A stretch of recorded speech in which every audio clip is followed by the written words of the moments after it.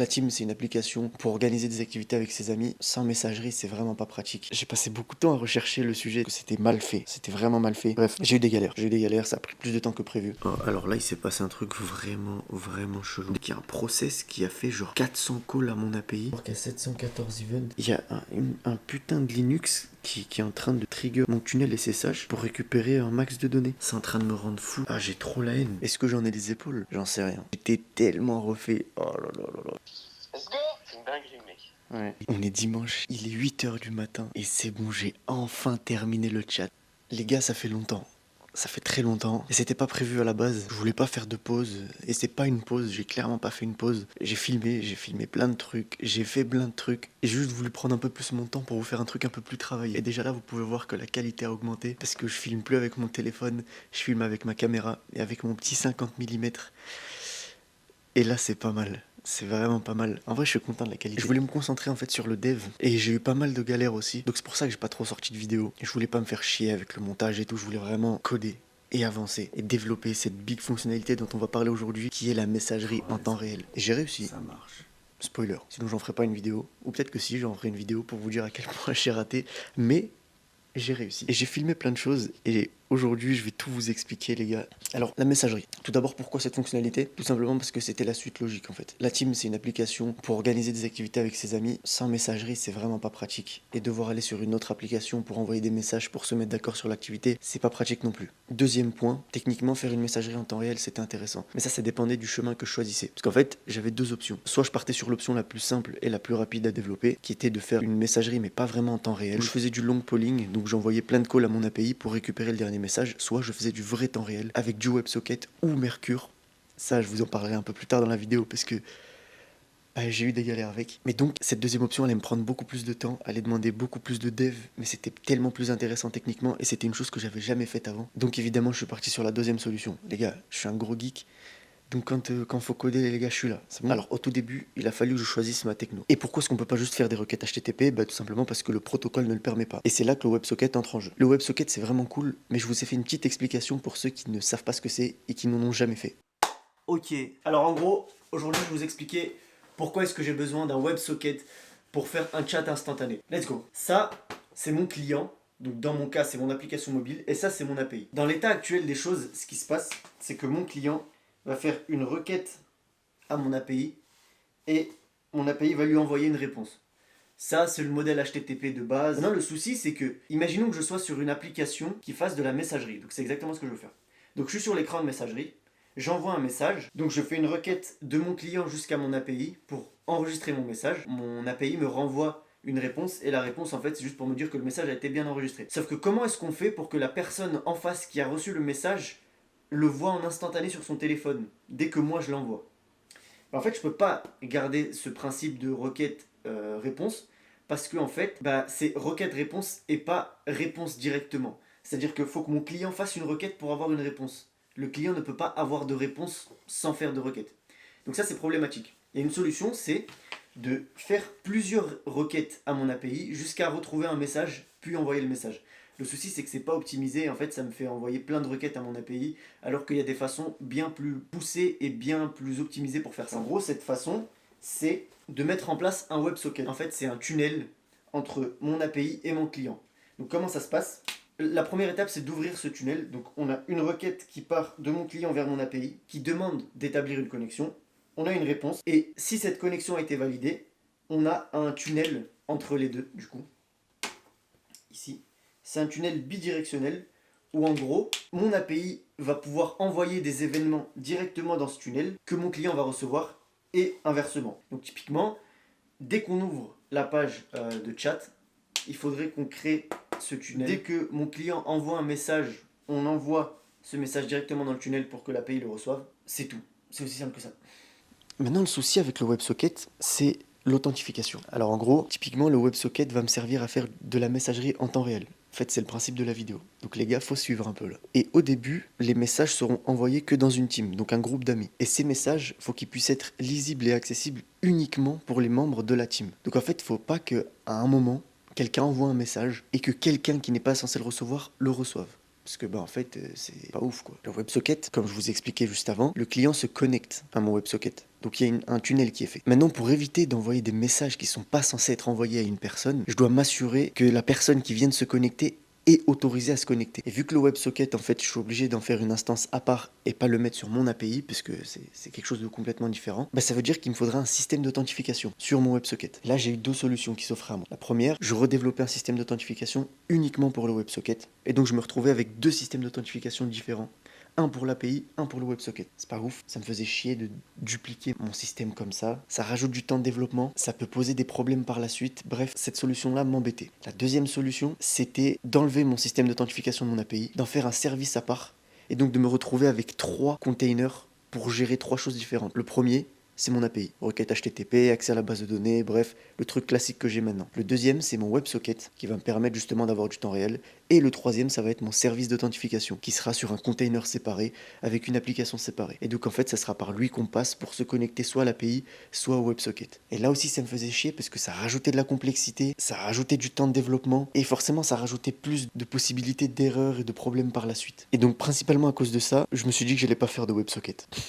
Et c'est chiant, hein. C'est très chiant parce que du coup, j'ai passé beaucoup de temps à rechercher le sujet, etc. Mais c'est pas perdu, tu vois, ça me fait des connaissances et ça me fait un petit peu d'expérience, donc c'est bien. Mais j'ai bien passé une journée, voire 2 jours, à faire mes recherches sur le WebSocket, à comprendre comment est-ce que ça fonctionnait, à essayer de trouver le meilleur moyen de l'implémenter, etc. Pour au final me rendre compte que c'est pas la bonne chose. Et c'est bien d'avoir passé que 2 jours de recherche plutôt que d'avoir passé genre 4 jours de dev. Donc franchement, c'est bénéf. Et je suis assez content de ça. Donc là, tu vas me dire, ok, tu n'utilises pas de WebSocket, mais donc qu'est-ce que tu vas faire? On va revenir sur un truc dont je t'ai parlé juste avant, c'est Mercure. Mercure, qu'est-ce que c'est? En fait, comme je t'ai dit, je connaissais déjà Mercure et j'hésitais à le mettre en place aussi. Et j'avais bien raison, c'était pas du vrai WebSocket, c'était du SSE. Comme j'ai dit, Server Sent Event, ça permet à mon serveur d'envoyer des événements à mon client directement. Comment est-ce que ça fonctionne concrètement? Mon client s'abonne à un hub Mercure, qui est un container à part, et mon API va envoyer des événements à ce hub qui va le redistribuer au client connecté. Ça ressemble un peu à du WebSocket, mais il n'y a pas vraiment de connexion bidirectionnelle en fait. Et en soi, ça me pose pas tant de problèmes que ça parce que j'ai pas vraiment besoin de WebSocket en fait. Parce que quoi qu'il arrive, mon client sera obligé de faire une requête HTTP à mon API parce que c'est mon API qui va gérer le stockage des données. En fait, si j'avais fait un WebSocket, ça veut dire que mon client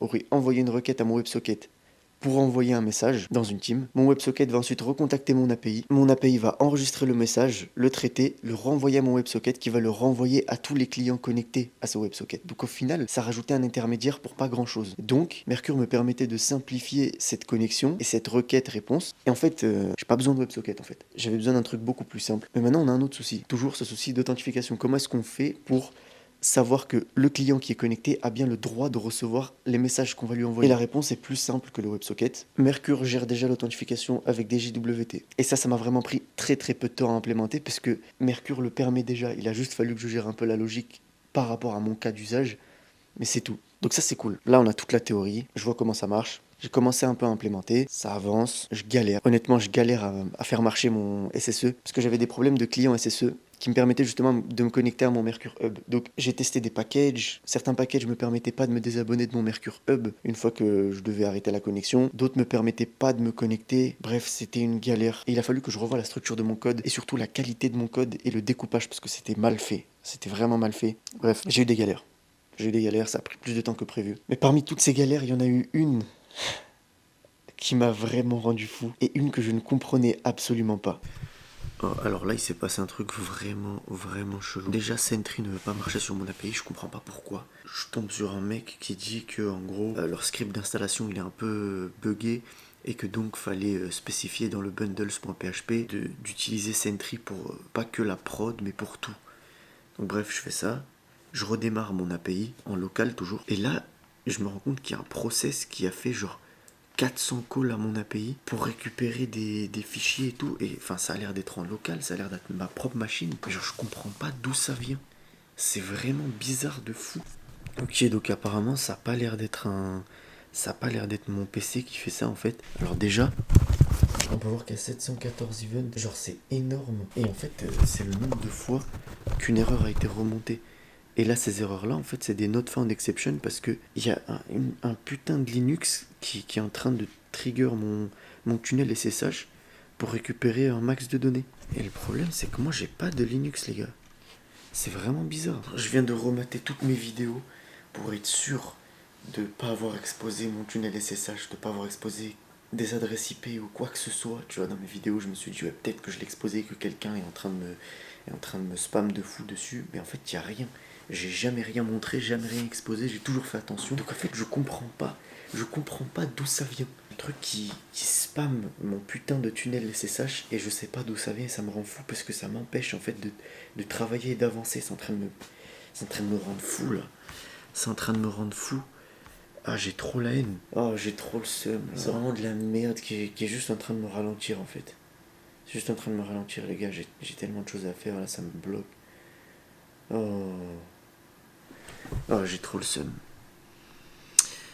J'ai trop le seum, les gars. Shit. Et en fait, il faut savoir que ce tunnel SSH, j'y ai accès grâce à mon alternance. C'est la boîte dans laquelle je travaille qui gère le tunnel SSH, etc. Bref. Et donc après avoir posé des questions, on m'a dit que c'était sûrement juste un bot, un crawler, qui pingait mon API pour essayer de mapper mon site. Chose qui était assez logique, mais qui me faisait bien chier parce que ça m'empêchait d'avancer. Et franchement, à un moment, j'ai stressé, tu vois. J'étais en mode merde, quelqu'un est en train de spam mon API. C'est chiant, quoi. Il envoie plein de requêtes. Bon, après, c'était bizarre parce que chaque requête était différente. C'était pour target une route différentes pour essayer d'accéder à un fichier différent. Mais à chaque fois, ça m'a envoyé une 404 parce qu'en fait, ces fichiers n'existaient pas. Mais bref, moi, ça me faisait chier parce que dans mon profiler, ça me remontait plein d'exceptions. Je pouvais pas avancer, je pouvais pas continuer d'utiliser mon tunnel SSH. Là, j'ai dû passer en localhost, en adresse IP, tout ça, pour pouvoir mettre mon application sur mon téléphone et me connecter à mon PC. Il a fallu que je sois sur le même réseau. Bref, c'était chiant, ça m'a fait perdre énormément de temps. Mais ça m'a bien fait stresser. En vrai, c'était assez marrant. Mais bref, le lendemain, ça s'est arrêté. Donc voilà. Mais en fait, ce problème de tunnel SSH, puis cette galère à mettre en place la messagerie en temps réel, etc., ça m'a poussé en remise en question de fou, encore une fois. Donc là, je regarde des trucs et tout, en vrai. Je sais pas, j'arrive pas à me concentrer. Et du coup, ça me fait chier, tu vois. Là, le truc du tunnel SSH de tout à l'heure aussi, ça m'a trop fait chier. Là, j'ai toujours pas trouvé de solution, donc je l'ai juste éteint et je fais sans. Et puis là, je reçois aussi d'autres messages comme quoi il y a des problèmes sur l'application. En vrai, tu sais que ça me fait trop chier là, c'est une dinguerie. Parce que je suis en train de me remettre en question de fou. Forcément qu'il allait y avoir des bugs, mais là, c'est des trucs assez basiques, quoi. Et c'est des trucs qui sont pas censés arriver. Et je comprends pas comment est-ce que ça arrive, mais bref. Est-ce que c'est pas un peu trop dès le début? Est-ce que j'ai pas visé trop haut? Est-ce que j'ai pas voulu trop d'un coup? Est-ce que j'en ai les épaules? J'en sais rien. En vrai, j'en sais rien. Et ça me fait chier parce que du coup, genre, il y a plein de choses qui marchent pas, qui empêchent le fonctionnement de l'application. Certes, c'est une bêta, donc forcément, c'était pas censé être parfait du premier coup, mais bon, quand même, avoir des erreurs comme ça, c'est quand même des trucs basiques à la con. Et en fait, je me dis, faire une application en mode projet perso et faire une application pour l'envoyer en production, c'est complètement différent. C'est tellement pas la même chose, il y a tellement plus de choses à penser, il y a tellement plus de choses à faire, il y a tellement de choses qui se passent pas comme prévu en fait. Il y a tellement de choses qui font chier de fou. Mais bon, c'est pas une raison d'arrêter, ça c'est sûr et certain, les gars. Enfin, comme je l'ai dit, ce projet il va voir le jour en vrai, en prod, ça c'est une certitude. En fait, je me suis tellement mis à fond dans ce projet-là que je peux pas arrêter comme ça, même si là c'est la merde de fou et qu'il y a rien qui marche. C'est pas grave, on va trouver une solution parce qu'on trouve toujours des solutions, les gars. En fait, il faut peut-être que je code moins vite. Je me suis donné de gros délais pour sortir l'application, mais peut-être qu'il faut que je les rallonge un peu. Parce que faut peut-être que je prenne plus mon temps, que je me concentre plus sur ce que je fais et que j'apporte un certain niveau de qualité à mon code et à ce que je produis en fait. Parce que c'est bien d'aller vite, mais si ça marche pas, ça sert absolument à rien. Et j'ai pas envie de faire des concessions aujourd'hui pour me retrouver plus tard avec une application complètement bancale qui va se casser la gueule dès qu'il se passe un truc, tu vois. C'est la vie d'artiste, les gars. C'est pas tout beau tout rose, mais on partage tout ici, on a dit. Bref, après toutes ces péripéties, j'ai enfin réussi à avoir une messagerie instantanée fonctionnelle. J'étais tellement refait. Oh là là là là. Là, je vais dans la team. C'est ça. Là, je te vois. Attends, là, t'es dessus. Attends.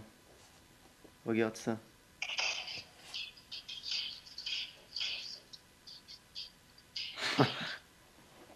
Let's go! Maintenant, regarde, sors de la team et je vais t'envoyer un message. T'as reçu une notif là, normalement. Ouais, la team. Let's go. Ah putain. Ah, je suis refait là. C'est une dinguerie, mec. Ouais. Putain, par contre, la page, elle met longtemps à charger quand même. Ah ouais? Ouais. Ok, donc premier test IRL, ça se passe assez bien. Les messages s'envoient bien, on a bien du temps réel, c'est cool. Les notifications marchent bien aussi. Donc en vrai, c'est carré. Le seul bémol, c'est que les écrans prennent trop longtemps à charger. Et je pense savoir pourquoi. Bon, il n'y a pas le focus, puisque je l'ai mis en focus manuel. Et là, pour l'instant, il est focus sur mon PC. Mais je pense que j'ai terminé la partie messagerie, enfin. Et je vais vous montrer, en fait, la partie en temps réel. Ici, je suis connecté avec un compte. Ici, je suis connecté avec un autre compte. Et on est tous les deux sur la même team. Donc là, maintenant, je vais essayer d'envoyer un message. Et vous allez voir que ça va être du temps réel.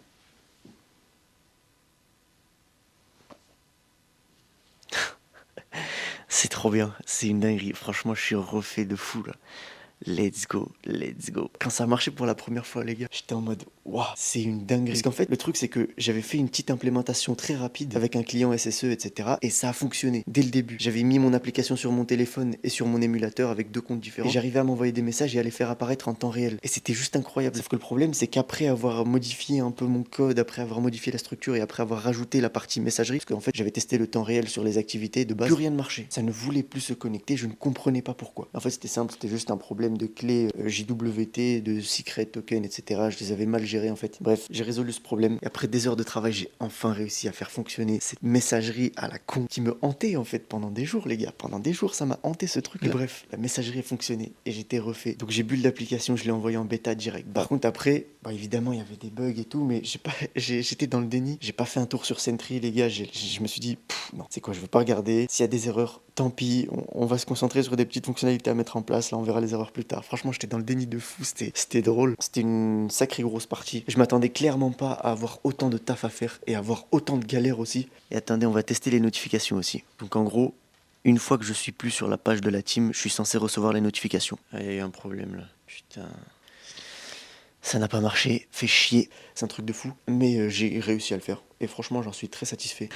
Oh, les gars, je suis tellement refait. C'est une dinguerie. On est dimanche, il est 8 h du matin. Et c'est bon, j'ai enfin terminé le chat. En fait, je suis tellement heureux parce que j'ai eu tellement de galères avec ça. C'était tellement compliqué en termes techniques et il y avait tellement de choses que je voyais pas venir et qui m'ont bien fait chier, mais que j'ai réussi à résoudre au final. Et là, tu vois, je trouve que c'est rentable de pas avoir fait de grasse mat parce que, les gars, j'ai un chat qui marche maintenant. Ah, c'est trop bien, je suis tellement refait. Et comme j'ai dit avant, en fait, pour essayer de résoudre le maximum de bugs et pour éviter de faire de la merde, en fait, il a fallu que je dev moins vite. Et c'est ce qui s'est passé, là, j'ai vraiment pris mon temps, j'ai recherché et tout. Et franchement, je suis assez satisfait de ce que j'ai fait. Évidemment, il y a quand même des bugs sur la partie messagerie, des bugs qu'il va falloir que je corrige aussi, mais ça avance, c'est cool. Ça avance pas aussi vite que j'aimerais, mais au bout d'un moment, il faut faire un choix. Enfin, je veux dire, je suis pas à 100% sur l'application, là, je passe pas mes journées à dev dessus, donc c'est pas la même chose, tu vois. J'ai une alternance à côté, il faut que j'aille au taf, voilà, bref. Forcément que ça va prendre plus de temps, c'est un peu un projet perso, entre guillemets, pour l'instant, un projet que j'aimerais pousser à devenir quelque chose de plus grand, mais donc, ça pour dire que pour l'instant, je fais mon max, et même si ça prend plus de temps, c'est pas grave. Du moment que je fais une application de qualité qui sera utilisée, c'est le principal. Parce que,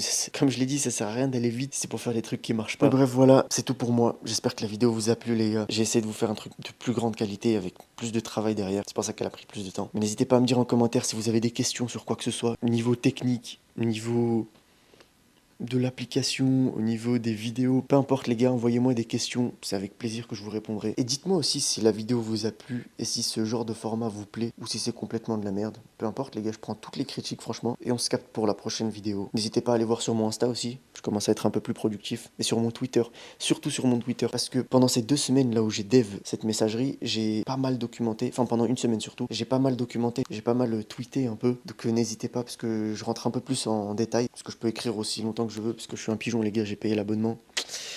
Merci d'avoir regardé les vidéos. J'arrive même plus à parler, ça merde. Merci d'avoir regardé la vidéo, ça fait vraiment plaisir. Et à plus l'équipe.